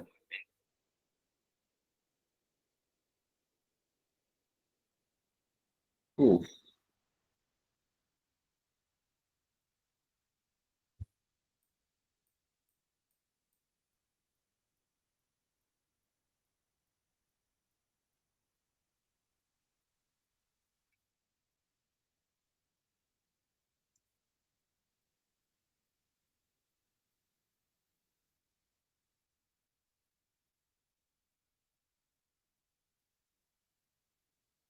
Okay, please go ahead and fill the attendance before I shut the call down.